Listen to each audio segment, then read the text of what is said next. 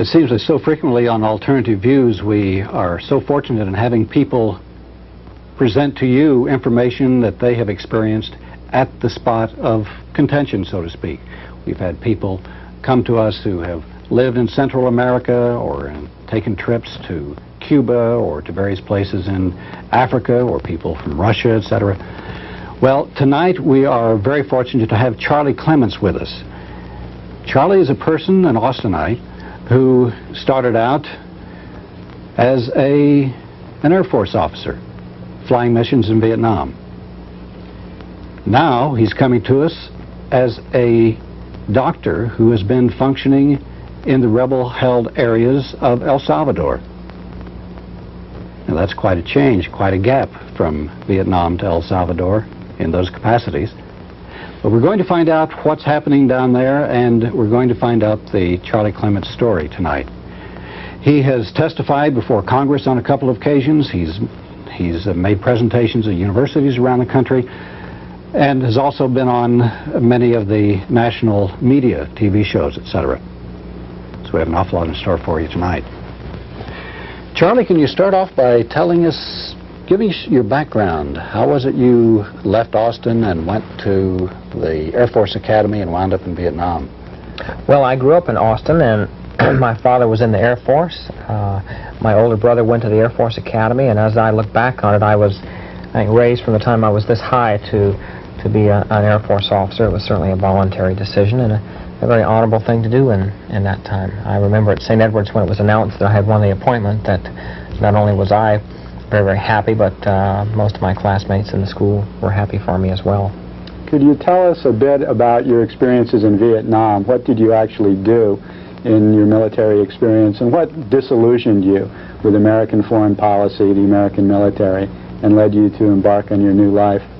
Well, I was fortunate enough to have gone to UCLA to graduate school for a few months after the academy, and I think in some ways there were some seeds planted there. And what year was it? That was 1967. 67. And a little bit of 68. Mm-hmm. And I recall vividly passing by those long lines of people in silent vigils, thinking that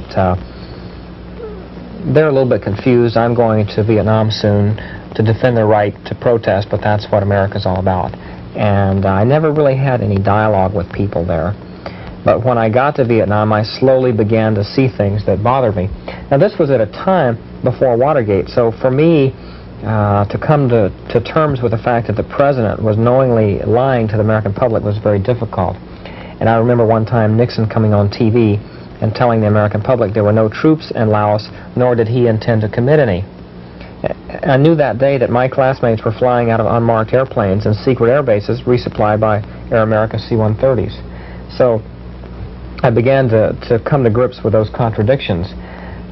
I looked around me one time, and my job was flying personnel around on cargo or medical evacuation. I was a C-130 pilot, and found in the back of the aircraft that a majority of the people were black, Chicano, or poor whites, that the kinds of people that had been around me at UCLA, for instance, weren't there.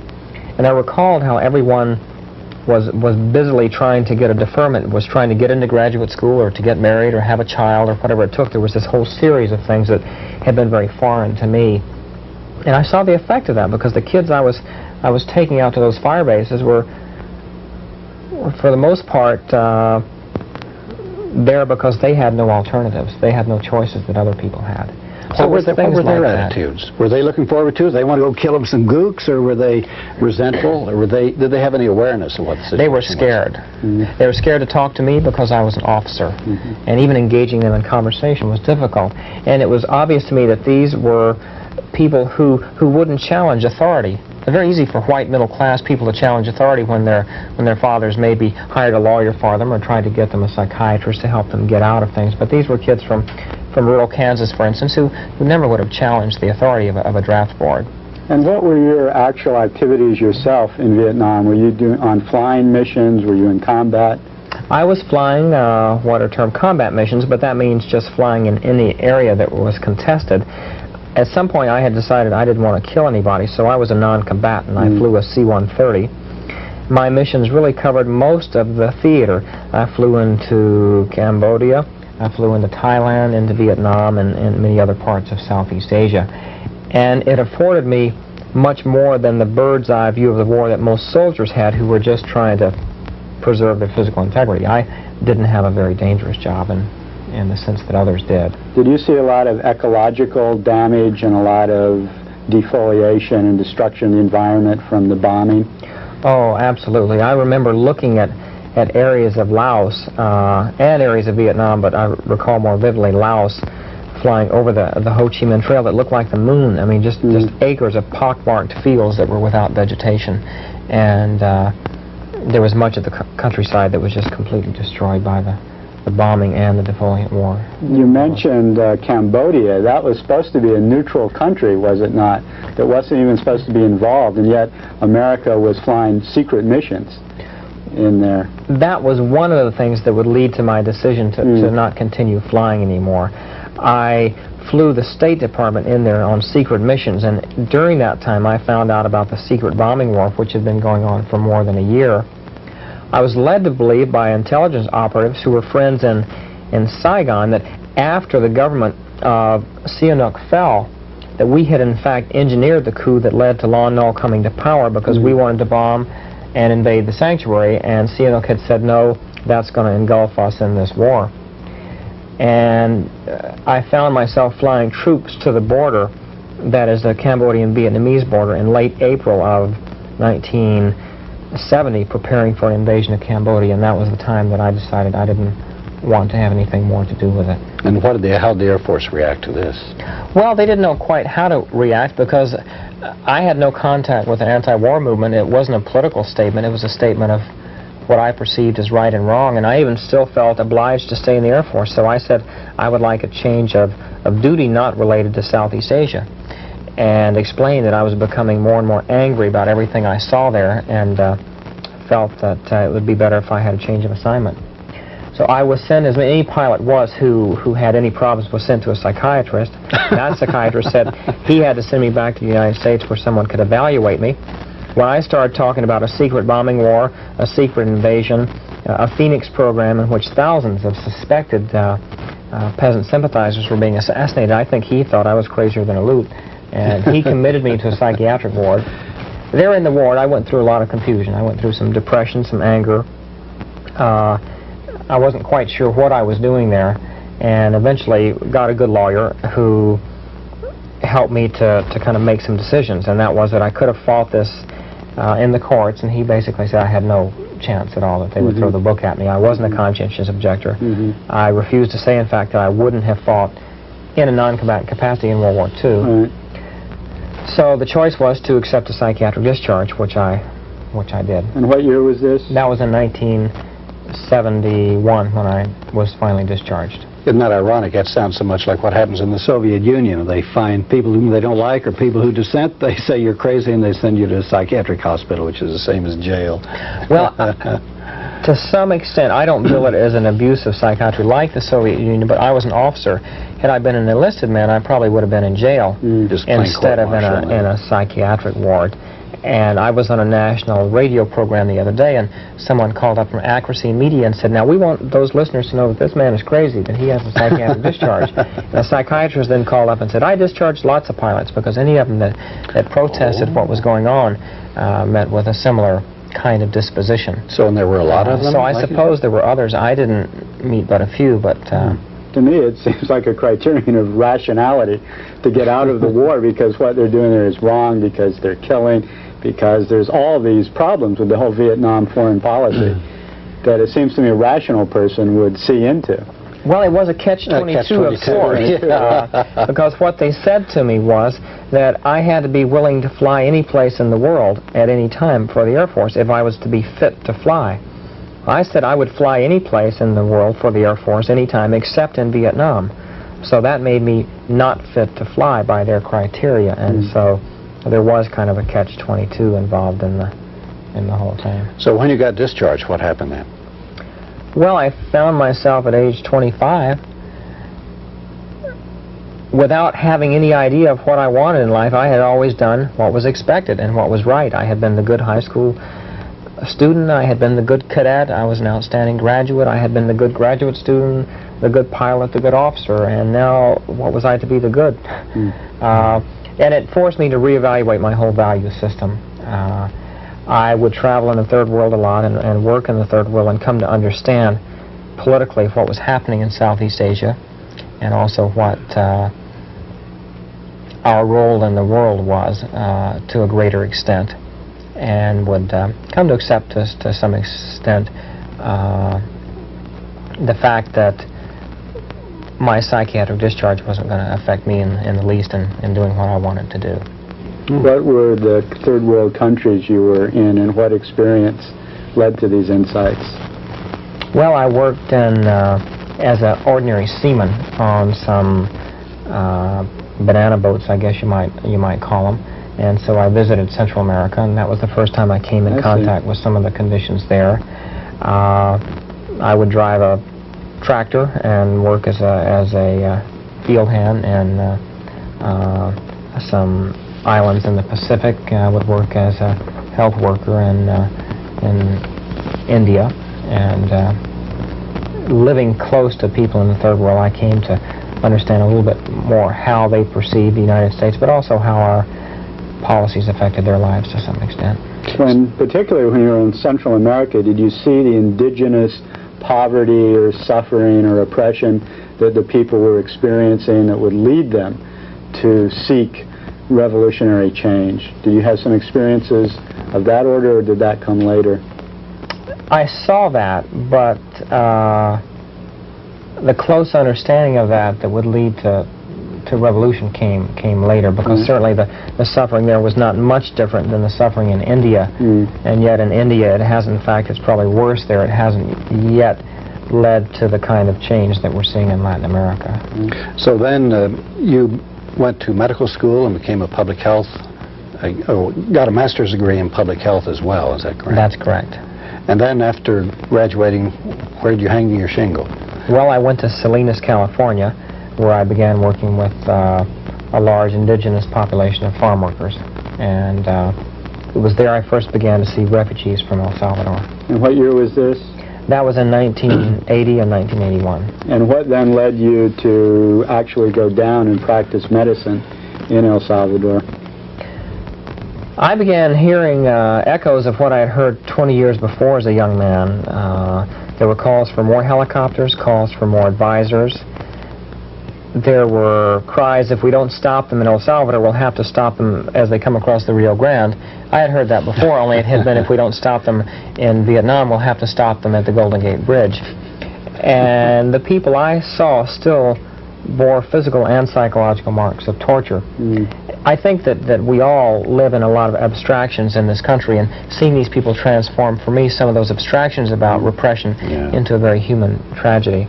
Now, I had been speaking about El Salvador for some time, probably almost a year by that time. A delegation of American physicians had gone there and documented a campaign of terror against the health sector. They had written a brochure called Abuses of Medical Neutrality, in which they outlined and documented physicians being shot in the operating room, nurses killed in clinics, patients dragged from their hospital beds and shot, the closure of the only medical school. Much of the faculty that wasn't arrested were driven into exile. And I was speaking to medical colleagues here about what was happening in the health sector in El Salvador, becoming more frustrated at people's inability to grasp the seriousness of what was happening, and also fearing another Vietnam. I began to look at a way that I might make a larger contribution than I was making just speaking about it.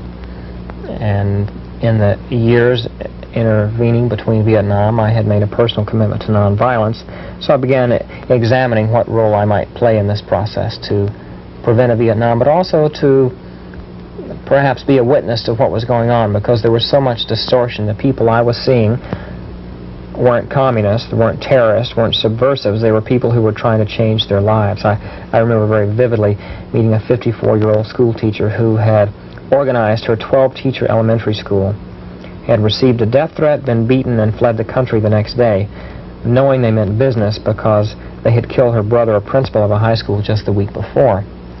And that was the kind of patient that I was meeting that was fleeing from the repression in El Salvador, fleeing the government, not the Revolutionary Democratic Front. And how extensive is the repression in El Salvador? Well, what are some more examples of the sort of thing that the people were suffering that led you to actively intervene? The Revolutionary Democratic Front was made up of just about every sector of society there. It included the Federation of Christian Campesinos, which had come under severe attack. It included ANDES, the National Association of Teachers, which came under severe attack. It included MIPTUS, the independent movement of professionals and technicians that had come under attack as engineers, lawyers, and physicians. It included the Social and Christian Democrats who had tried to bring about reforms in the first junta and had to drop out because they couldn't control the violence. So it touched virtually every sector of the society. Labor organizations too. Fenestras, the umbrella organization of unions, was viciously attacked as well. Basically, anyone who was trying to bring about change was labeled a communist, and I think we know well the stories of the religious workers. First a number of priests, then nuns, and Archbishop Romero, of course, who were also labeled communist or subversive because they were trying to adjust issues of social change. So there's a reign of terror that has been going on in El Salvador. Anyone who opposes the government is immediately labeled a communist or a subversive and is subject to severe attack, repression, torture, and murder even.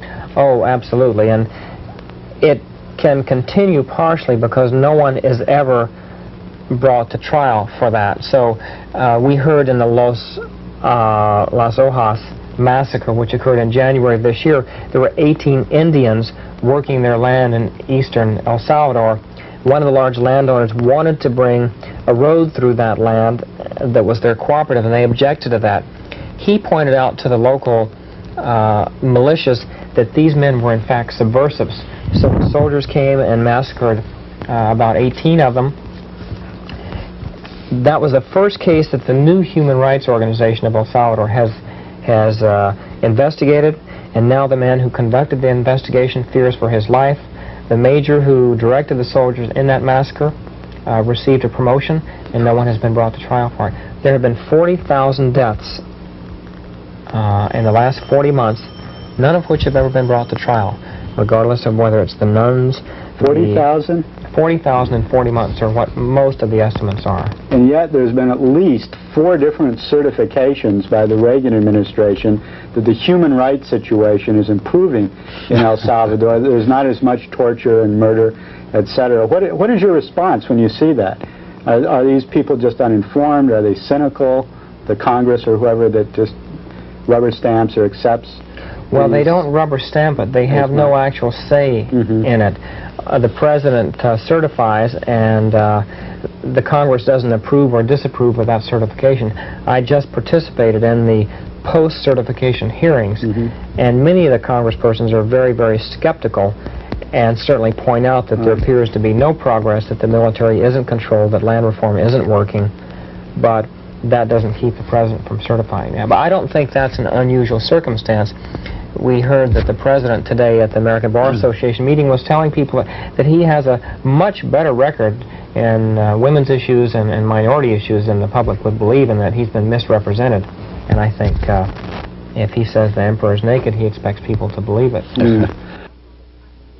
Charlie, you brought a documentary with us to look at. Can you introduce it? Tell us a little bit about it. Well, it was made soon after I had entered El Salvador, and my participation in it was somewhat of an accident. There was an American film crew who would come there to film a little bit about what life was like in the control zones, that is, the areas that the opposition controls in El Salvador. They agreed to film this to use for raising money for humanitarian aid. The film was not made without some cost. 2 of the people were killed who were trying to carry some of the film out of El Salvador. Of course, the photographers risked their lives even making this film, but it gives you a little bit of the reality about El Salvador. And I had just been there for a short time when it was made, but there's nothing inaccurate about what I said at the time. I was still somewhat untested, but that would change very, very quickly. I think I mentioned in the film that the hospital I was in was subject to being overrun, and we kept it minimally equipped so we could put everything on our back and run. It was overrun and burned about 2 weeks later. And those are the kind of conditions that we dealt with most of the year there. Let's take a look at it.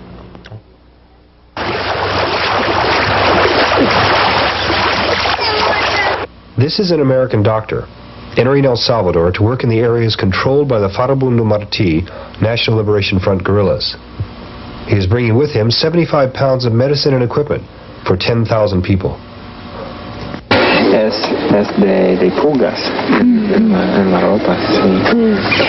This young woman is not untypical of what I've seen here. She has an abscess in her leg. The small entry you can see there is where a hand grenade fragment entered when she was about 9 months pregnant.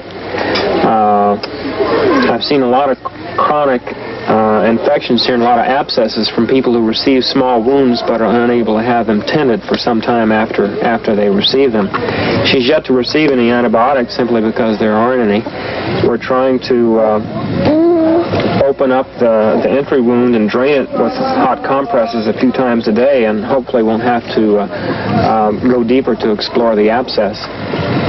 She received this wound when she was 9 months pregnant. She walked 3 days, and then she delivered her baby after that, and didn't have any treatment until that 4th day. So this is the types of problems we're seeing here, and most of the patients I'm seeing are civilians who weren't combatants and were just innocent victims. Well, as a physician, I think that what I can accomplish may be very little, since the only medicine and the only equipment I may have is what I can carry on my back. But I think my presence here is symbolic and is very important of the solidarity of many people in the United States that are in sympathy with the struggle of the people here in El Salvador. I've been told again and again when I tell the people that I bring the solidarity of many people that they know that the people of the United States aren't their enemy. It's the government of the United States that's creating their problems here. I was working in a county hospital in California doing some solidarity work as well. And I was struck by the resonance that I found between the struggle of the campesinos here and the farm workers in California, and how well they understood the importance of solidarity. Most of my solidarity work, though, was with medical communities, because those are the ones that I understand the best. And one very important report that I would talk about was the report of the Public Health Commission, where some very distinguished American physicians came down to El Salvador and interviewed many people in the health sector from the Ministry of Health on down. What they found was quite shocking, and they related and documented a number of physicians being shot in the operating room, patients being dragged from their beds and being shot, patients and physicians being killed in clinics in front of other patients in a fairly brutal fashion, which in general amounted to a system of terror to keep the medical profession here and the health profession in general from treating anyone that had any wounds. And as we know, about 90% of the casualties in this war are civilians, and their plight began to worry me as I continued to give solidarity talks. When I left Vietnam, I had a firm commitment to nonviolence, and I think over the years I've kind of considered myself a Quaker more than any other religion. So I had to examine very, very closely before I came down here the apparent conflict between nonviolence and what I was participating in as a revolutionary struggle. I think one has to consider, though, the violence that the government has done to people here through starvation and through unemployment and through years of oppression that hasn't allowed them to receive health care, education, or to organize in unions. I think that kind of violence is probably far worse than the kind of violence the people will have to resort to attain social justice here. This is Comandante Ramon, a former medical student. He and the doctor are discussing the best way of dividing up the sparse amount of medicine available in this camp. La población allá es mucho más mayor, pues. I wish you had a sensor for smell in your cameras right now. You could smell the moldiness of this medicine that we're trying to air out. This is a precious supply that these people had to bury when they left Las Cabañas in November as a result of a government offensive. They just had to quickly bury it. And yesterday they sent a commando team back to dig it up. They were able to recover the medicine, but as you can see, it's Most of the packages are moldy, and a lot of the medicine was destroyed. Unfortunately, there's no antibiotics here. There is some gauze. There's some lidocaine. Much of the aluminum caps were eroded. There's some catheters and some IV equipment, so it'll be certainly useful as they're expecting a government offensive any day against this village itself. El papel para las jeringas, hay que cortar el papel, lo vamos a revisar.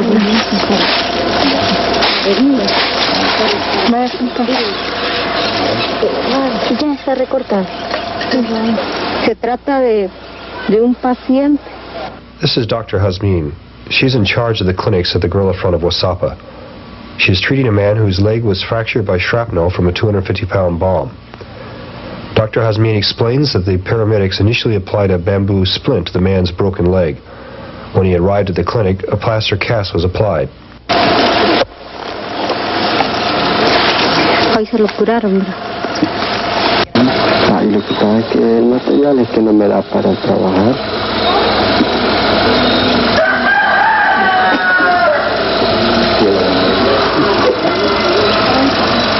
Yeah, it looks like it's pretty bad.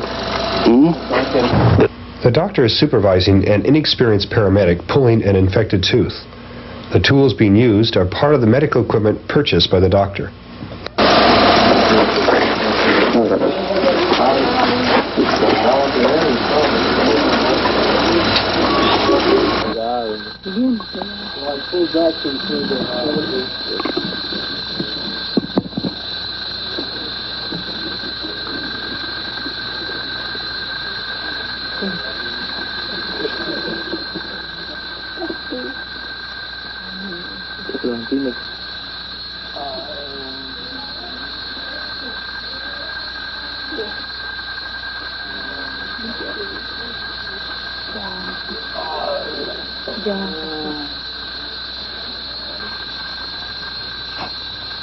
Un poquito. Ahora sí.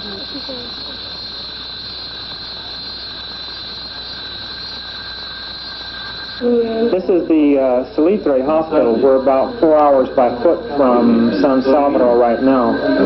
When the offensive starts, this will be the closest hospital and the referral hospital to the central hospital, which I was at before. I'm the only physician in this hospital. We have 3 experienced nurses and several unexperienced paramedics here. As you can see, our equipment is fairly primitive. This is our entire stock of medicines here on my left. We received our first 2 patients this morning, a head wound and through hand wound, which I think you've seen already. Naturally, we have to do things differently here than we would someplace else. If I was in the United States, we would have opened that hand and pinned it and repaired the tendon. As it was, that young man will probably not regain the use of his hand because we won't be able to do a tendon repair. And we have no plaster for immobilization, so we'll have to splint his hand and hope that he can get enough bone growth to repair the 5th metacarpal. Conditions here are pretty rough. The table I'm sitting on is an old kitchen table. This will be our operating table, and we're prepared to do abdominal or thoracic surgery if necessary, and since this is the closest hospital, I suspect that we'll have to do some. We have some anesthesia here. We're hoping to get a lantern so we can have a little more light for operations, and we're expecting a lot of action in the next few days as the offensive picks up pace.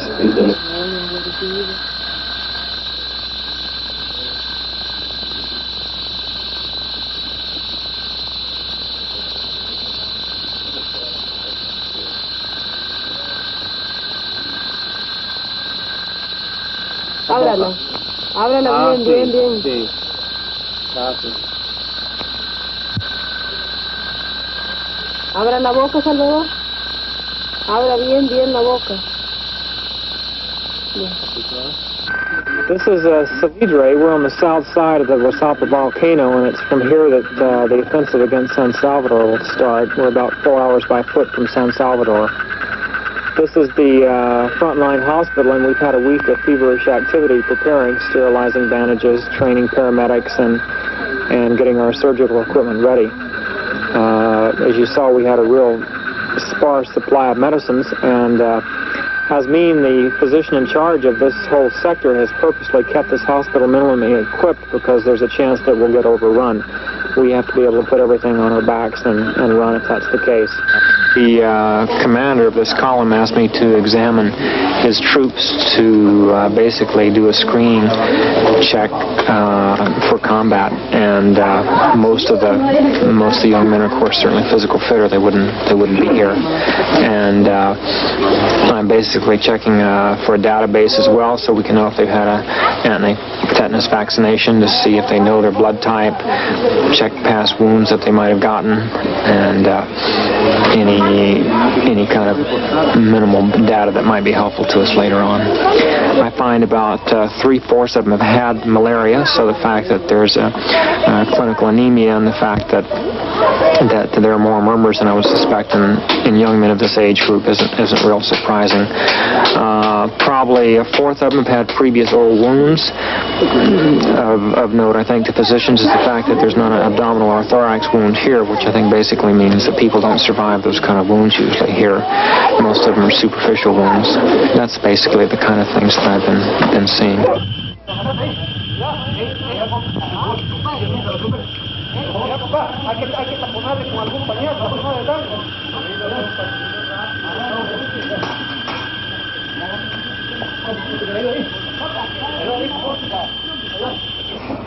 Y miren, no sé si lo pueden revisar de que tengan unos coágulos, porque el torniquete lo tuvieron durante 15 minutos. ¿Una inyección? Todavía al fin. ¿En la antitoxina?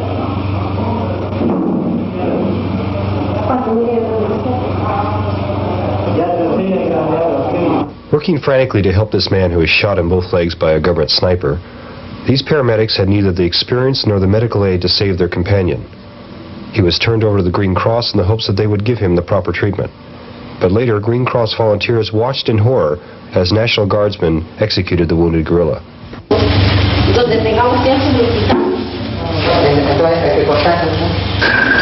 Just before we left Quipurito, we got a box of medicines from the people doing solidarity work in Europe.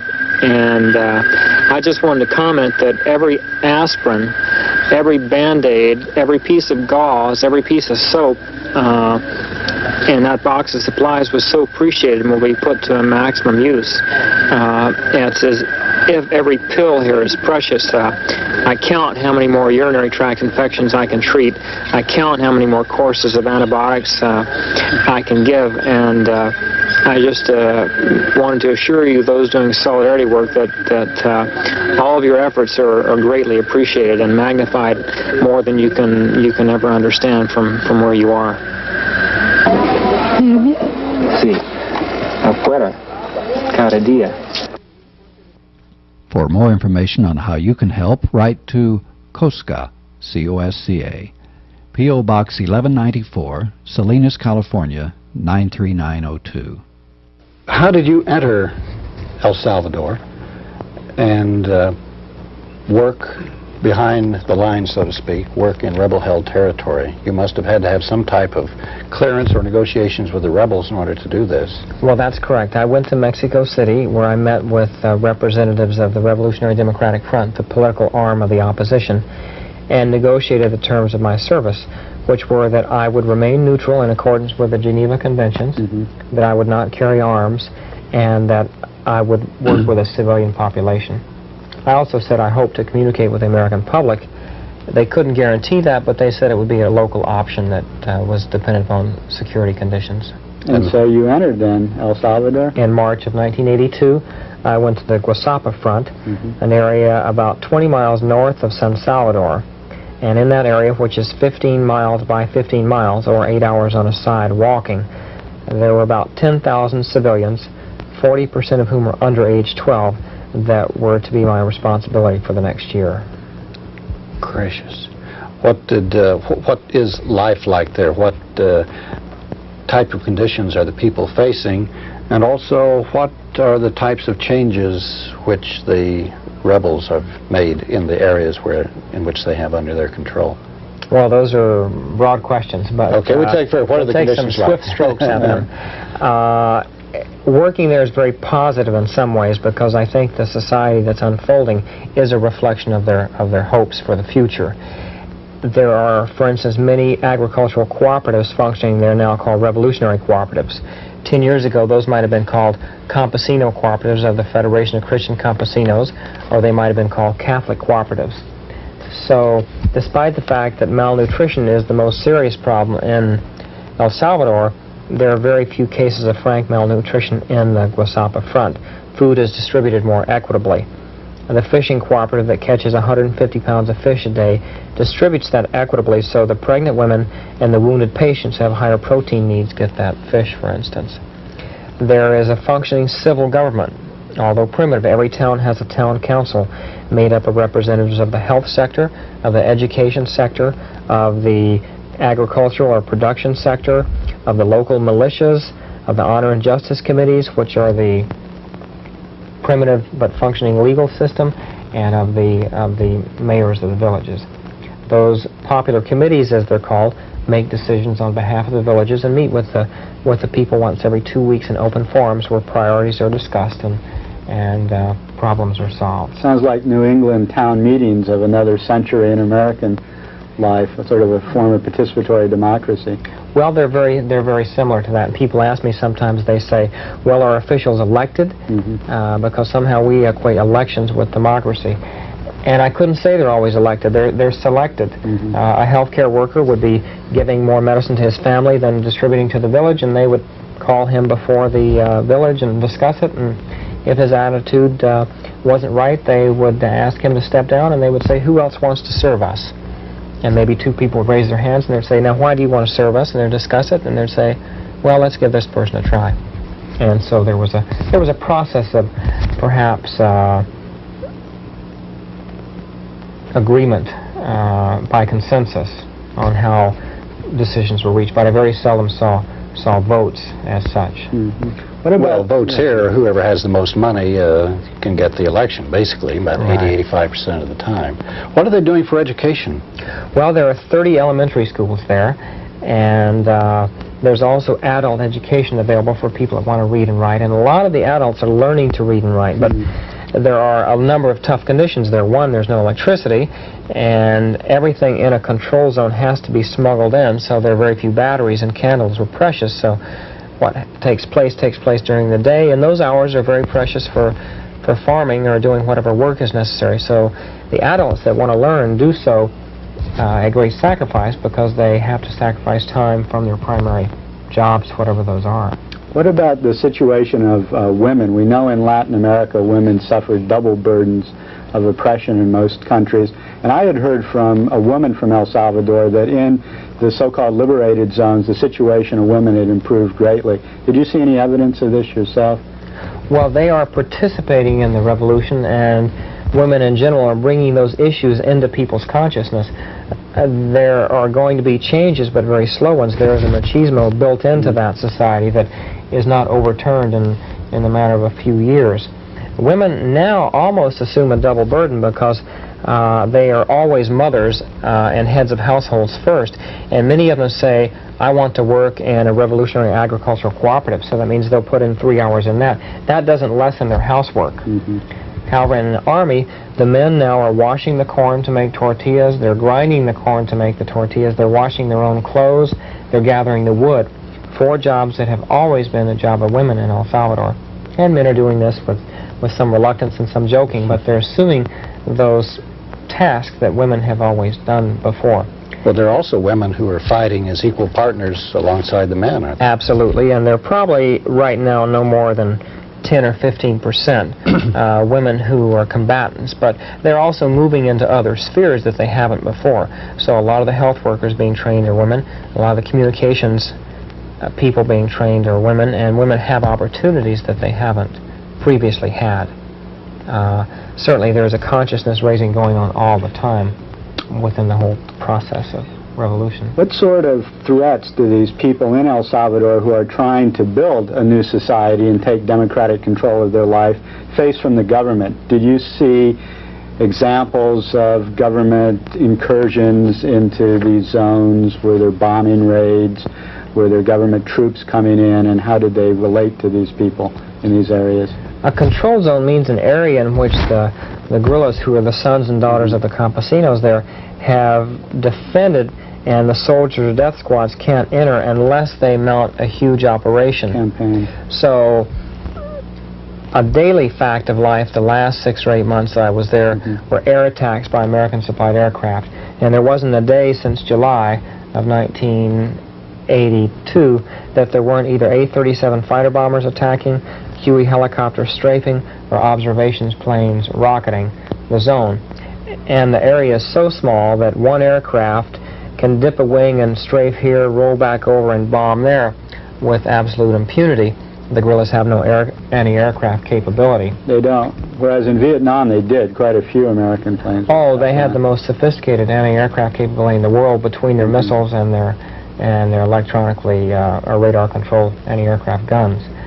I think that's probably one of the biggest evidences I saw that they aren't receiving any significant support from the outside. They fight with fairly primitive weapons and certainly don't have any great supplies of munitions. During an invasion by the government soldiers, everyone knew they had to flee, and anyone who was caught by the government soldiers usually died, and their bodies would indicate to me they died a fairly unmerciful death. I had a 76-year-old patient once who was too tired to flee. He had bad arthritis in both knees, and he stayed and hid. They found him and almost twisted his arms off before they killed him. I am pleased that some Americans get upset when I talk about the use of napalm there, but I think the truth of the matter is most of the people I knew would rather die from napalm than be caught by the government soldiers. Or that barbaric. It was that barbaric. Well, they slaughter babies also. I found a 22-day-old baby with a bullet hole in its forehead, surrounded by powder burns. Most interesting for me was learning the history of the front, most of which I did through patient interviews. So in a prenatal interview, I would ask a pregnant woman, how many pregnancies have you had? And she might say 8, and say, how many children do you have living? And she would say 1. And I would say, how many abortions or miscarriages? And she would say 1. And I said, what happened to the others? There would be this outpouring of anguish, and then she might say, well, they were burned in the house at the massacre of Sacamil. And I would say, well, what do you mean? And she'd say, well, that's when the government soldiers surrounded a house and burned 36 women and children. And I naively said, well, why didn't they run like we do now? And she said, well, that was before we knew we were the enemy. We had never belonged to an organization nor gone to a demonstration. So the people in this area were labeled subversives because of what was happening. And what was happening, for the most part, was an awakening that I think that was in large part caused by the message of Vatican II, of Medellin and Puebla, what we call liberation theology, that told these very religious people that their misery was not the result of God's will, but rather the greed of a few men, and they could change that. And so these base Christian communities inspired people to examine their own reality and begin to address it in nonviolent Christian ways. So they formed associations of campesinos, they formed cooperatives, they formed unions, all of which were a threat to the existing order and invited repression first from death squads. Their sons and daughters began ambushing those death squads. That led to the calling of the government soldiers to come in, and a spiral of violence leading to the revolution as we know it today.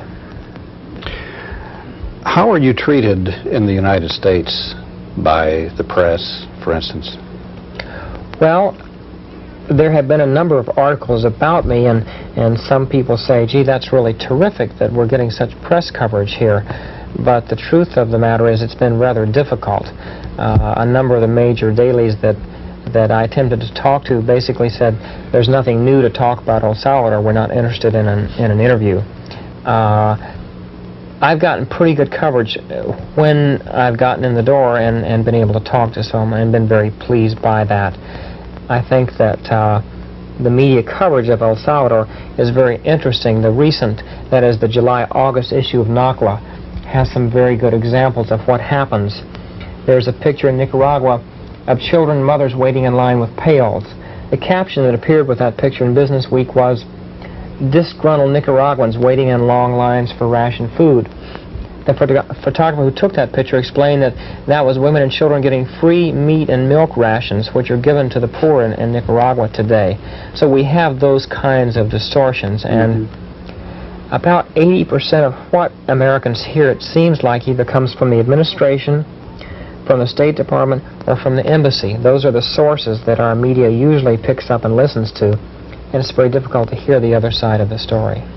When you're on, say, talk shows like here in Austin, how do the callers, the people who call in, what are their attitudes? Well, I was very, very surprised here in Austin that about 80% of the calls have been very supportive to the message that I carry, and that is that we could be seeking peaceful solutions in El Salvador, that perhaps we're stopping change and adding to the violence rather than understanding the process that's happening there. That's not always true, of course. There is a lot of red baiting sometimes on talk shows. I do nighttime talk radio shows because the audience is very different. When I give a public talk, like I will here at the university, there may be 300 people interested in Central America. When I do a talk radio show, there may be 5,000 or 10,000 that don't want to hear about Central America and perhaps need to learn a little bit more about it from a different perspective. And what sorts of other distortions have you seen in the American media of the situation in Central America as you've observed it or as you understand it? Has there been a fairly systematic distortion, do you think, or just ignoring of things? I think there is a propaganda campaign that's going on right now, which the United States media has bought into, in a sense, in that they certainly swallow basically whatever the administration, the State Department, embassy says without challenging it, and they can get away with distortions that other people couldn't. Probably the biggest part of that is painting this as a Soviet East-West confrontation when there has been very little or any evidence of arms flow coming into El Salvador. The only evidence presented so far was the white paper, which was thoroughly discredited by the Wall Street Journal. And yet the media continues to say the large flow of arms coming from Nicaragua and El Salvador via Cuba, and to support that contention, which is the basis of much of our policy in the region. Finally today, and it's August 1st for the listeners that will be seeing this later in the year, the New York Times carried an article in which Reagan administration officials admitted, as well as Salvadoran military officials admitted, that they could see no evidence of an arms flow from Nicaragua to the guerrillas this year. That was my experience there. I saw the weapons they fought with. I've spoken with groups that included ex-directors of the CIA, ex-ambassadors, ex-members of the Joint Chiefs of Staff, and I've said, perhaps I'm naive, but I would like to see your evidence because I didn't see it. I'm puzzled that the most sophisticated intelligence service in the world that has aircraft that fly over El Salvador daily, can take pictures of a package of cigarettes from 50,000 feet and read the print, can't come up with any evidence. And they say, we don't want to compromise our sources. And I say, your sources are these aircraft. Your sources are the AWACS plane we just had stationed down there, whose job it was to detect these aircraft that allegedly come into El Salvador every night. They couldn't detect any in more than 3 months on station. And I think that's basically because there is no great arms flow. I was, because of my neutrality and because I'm a Quaker, was given the responsibility of negotiating the release of prisoners of war from the guerrillas to the International Red Cross. And I had a chance to meet these young men as young as 14, all of whom were drafted or forcibly conscripted. Young men who all admitted that they thought officers sold munitions to the guerrillas, or arms to the guerrillas. Young men who don't have many choices. If you say, why don't you avoid your draft notice, they'll say, it endangers our families. If you say, why don't you desert, they'll say, we've seen the pictures of deserters whose inscriptions on their pictures say, family killed in a crossfire. And there have been a number of cases of that. Young men who admit to killing women and children and are taught to do so. But young men who also surrender as one of the few options to them, and after spending a couple of weeks with the guerrillas, and in Guasava they were guarded in homes, go back profoundly demoralized because they find the people they're fighting are like themselves. They're poor, but they see families, they see worship services, they see schools, they see clinics and distribution of food, unlike they've ever seen before. So early on, I never saw more than 1 or 2, 3 prisoners. When they started being turned over to the Red Cross and therefore guaranteeing their survivability, because before that the government would kill them, they started telling their comrades what was happening, They started to surrender in 30s and 40s. By December, an entire company of over 100 surrendered. And in 1983, the guerrillas have captured over 1,000 prisoners of war and 1,500 weapons. They really can't field many more troops than that. The guerrillas can't. So they don't need any arms from the outside. But I think the major point the press has not paid much attention to is that whether Marx, Sandino, or Castro were ever born or not, there would be a revolution in Central America, and U.S. foreign policy is only contributing to the violence and is probably the greatest obstacle to peace there by supporting this very brutal and corrupt regime. What do you think the real reason is for the American foreign policy in that area? You know, and we would assume they know, that there's no real Soviet threat in that area. Is it just to try to stem the tide of third world revolutions, to overcome the so-called post-Vietnam syndrome, to show that America will not tolerate any more revolutionary movements in the third world? What is your thinking about the real reasons for American foreign policy in that area? Well, I don't think there's a simple answer, but certainly there's a lot of short-sightedness on the part of the Reagan administration. I think the problem is that we lose if we associate ourselves with a military victory or defeat in El Salvador. If we win, we have only identified ourselves with forces of repression and postponed the next insurrection. If we lose, we have only lost the opportunity to bring peace to Central America through some sort of negotiated process with the Contadora group and the people who are most concerned about it, the Central Americans themselves. I think that probably there's a number of factors, the most important being that we're preserving the ability of the United States to operate politically and economically the way it would choose in Central America. And I'm reminded of that quote by Marine General Smedley Brown, who said, "I made Cuba safe for the Brown Brothers banking in 1914. I made Nicaragua safe for the National City Bank boys. I made Haiti safe for American sugar interest in 1916. This kind of attitude toward Central and South America, that it's ours to even lose. An American colony. Yes, it's not ours, and certainly these people should be able to decide some things for themselves. How has this changed you? Now, in Vietnam, you were of the nonviolent persuasion. You know, have you had any changes within you to see where maybe violence can be justified after being down in El Salvador? Well, I don't think pacifism or a commitment to nonviolence means, except naively, that those are not realities in this world. I think the most serious pacifists are those that look to remove the causes of war, of which are corruption, brutality, the kind of poverty that we see in Central America. My understanding of nonviolence was certainly changed a lot in El Salvador, and I was able to maintain my commitment to it. But I was thrown a rifle one time when we were evacuating about 12 patients, and it took 2 men each to carry the bamboo poles that the hammocks were slung from, and one of them threw me a rifle, and I had to ask myself, was I going to use that, and what would it mean to leave my body beside the road, or would I allow those patients who were wounded to fall into the hands of the government soldiers, who were often especially brutal with wounded patients? What would that serve? I didn't have to answer that question, but at another time in a base Christian community, one of the campesinos wanted to know more about what it meant to be a Quaker. They couldn't understand why I didn't carry an arm, because certainly the other physicians did there. And I tried to explain a little bit about nonviolence, and this man very, very politely stopped me, and he said, now my job on the hacienda, he pointed to it, it was just over the way, he said, had been to feed the dogs. And I had to give them a large bowl of milk every morning, and I could never afford milk for my children.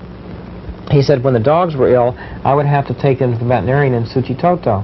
And he said I had never been able to afford to take my children to the doctor in Suchitoto, and some of them died for lack of medical care. So he said, you gringos think of violence in terms of what's done with a machete or a gun, but there's another kind of violence, a violence to the spirit, and until you've seen your children starve, you can't understand that kind of violence. And it was a very profound lesson. I don't think the people in El Salvador have resorted to violence as anything but a last resort, and many of them even did that very reluctantly. Let me make a plug for medical aid, and I would say this to the listening audience, that The Salvadoran people really make a distinction between the American people and the American government. And you can help in that process, because when they see the daily gifts from the American government, bombs, rockets, machine gun bullets, it's a message of destruction. And you can give them a message of hope in the form of medical aid. I work with an organization that distributes medical aid in El Salvador. It's called the Salvadoran Medical Relief Fund. Alternatives. They had no choices that other people had. So what were their attitudes? Were they looking forward to it? They want to go kill them some gooks, or were they resentful, or did they have any awareness of what the situation was? They were scared. Mm-hmm. They were scared to talk to me because I was an officer. Mm-hmm. And even engaging them in conversation was difficult. And it was obvious to me that these were people who wouldn't challenge authority. It's very easy for white middle-class people to challenge authority when their fathers maybe hired a lawyer for them or tried to get them a psychiatrist to help them get out of things. But these were kids from rural Kansas, for instance, who never would have challenged the authority of a draft board. And what were your actual activities yourself in Vietnam? Were you doing on flying missions? Were you in combat? I was flying what are termed combat missions, but that means just flying in any area that was contested. At some point I had decided I didn't want to kill anybody, so I was a non-combatant. I flew a C-130. My missions really covered most of the theater. I flew into Cambodia, I flew into Thailand, into Vietnam, and many other parts of Southeast Asia. And it afforded me much more than the bird's eye view of the war that most soldiers had who were just trying to preserve their physical integrity. I didn't have a very dangerous job in the sense that others did. Did you see a lot of ecological damage and a lot... Can you start off by telling us, giving us your background? How was it you left Austin and went to the Air Force Academy and wound up in Vietnam? Well, I grew up in Austin, and my father was in the Air Force. My older brother went to the Air Force Academy, and as I look back on it, I was raised from the time I was this high to be an Air Force officer. It was certainly a voluntary decision and a very honorable thing to do in that time. I remember at St. Edward's when it was announced that I had won the appointment, that not only was I very, very happy, but most of my classmates in the school were happy for me as well. Could you tell us a bit about your experiences in Vietnam? What did you actually do in your military experience, and what disillusioned you with American foreign policy, the American military, and led you to embark on your new life? Well, I was fortunate enough to have gone to UCLA to graduate school for a few months after the academy, and I think in some ways there were some seeds planted there. And what year was this? That was 1967. 67. And a little bit of 68. Mm-hmm. And I recall vividly passing by those long lines of people in silent vigils thinking that they're a little bit confused. I'm going to Vietnam soon to defend their right to protest, but that's what America's all about. And I never really had any diet of defoliation and destruction of the environment from the bombing? Oh, absolutely. I remember looking at areas of Laos and areas of Vietnam, but I recall more vividly Laos, flying over the Ho Chi Minh Trail that looked like the moon. I mean, just acres of pockmarked fields that were without vegetation. And there was much of the countryside that was just completely destroyed by the bombing and the defoliant war. You mentioned Cambodia. That was supposed to be a neutral country, was it not? That wasn't even supposed to be involved, and yet America was flying secret missions in there. That was one of the things that would lead to my decision to not continue flying anymore. I flew the State Department in there on secret missions, and during that time I found out about the secret bombing war, which had been going on for more than a year. I was led to believe by intelligence operatives who were friends in Saigon that after the government of Sihanouk fell, that we had in fact engineered the coup that led to Lon Nol coming to power because we wanted to bomb and invade the sanctuary, and Sihanouk had said, no, that's going to engulf us in this war. And I found myself flying troops to the border, that is the Cambodian-Vietnamese border, in late April of 19 dialogue with people there. But when I got to Vietnam, I slowly began to see things that bothered me. Now, this was at a time before Watergate, so for me to come to terms with the fact that the president was knowingly lying to the American public was very difficult. And I remember one time Nixon coming on TV and telling the American public there were no troops in Laos, nor did he intend to commit any. I knew that day that my classmates were flying out of unmarked airplanes and secret air bases resupplied by Air America C-130s. So I began to come to grips with those contradictions. I looked around me one time, and my job was flying personnel around on cargo or medical evacuation. I was a C-130 pilot, and found in the back of the aircraft that a majority of the people were black, Chicano, or poor whites, that the kinds of people that had been around me at UCLA, for instance, weren't there. And I recalled how everyone was busily trying to get a deferment, was trying to get into graduate school or to get married or have a child or whatever it took. There was this whole series of things that had been very foreign to me. And I saw the effect of that, because the kids I was taking out to those fire bases were for the most part there because they had no option. It seems that so frequently on Alternative Views we are so fortunate in having people present to you information that they have experienced at the spot of contention, so to speak. We've had people come to us who have lived in Central America or taken trips to Cuba or to various places in Africa, or people from Russia, etc. Well, tonight we are very fortunate to have Charlie Clements with us. Charlie is a person, an Austinite, who started out as an Air Force officer, flying missions in Vietnam. Now he's coming to us as a doctor who has been functioning in the rebel-held areas of El Salvador. Now that's quite a change, quite a gap from Vietnam to El Salvador in those capacities. But we're going to find out what's happening down there, and we're going to find out the Charlie Clements story tonight. He has testified before Congress on a couple of occasions. He's made presentations at universities around the country, and has also been on many of the national media, TV shows, etc. So we have an awful lot in store for you tonight.